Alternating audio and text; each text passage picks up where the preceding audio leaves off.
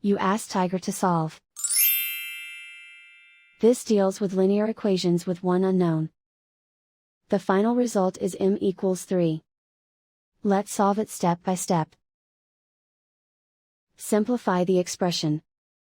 Expand the parentheses. Multiply the coefficients. Simplify the arithmetic. Group all m terms on the left side of the equation. Add 18m to both sides.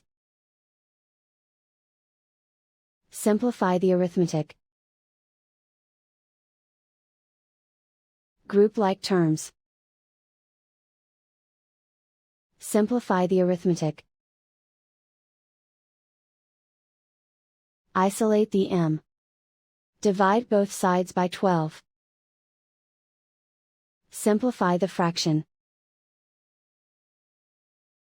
Find the greatest common factor of the numerator and denominator. Factor out and cancel the greatest common factor. And so the final result is m equals 3.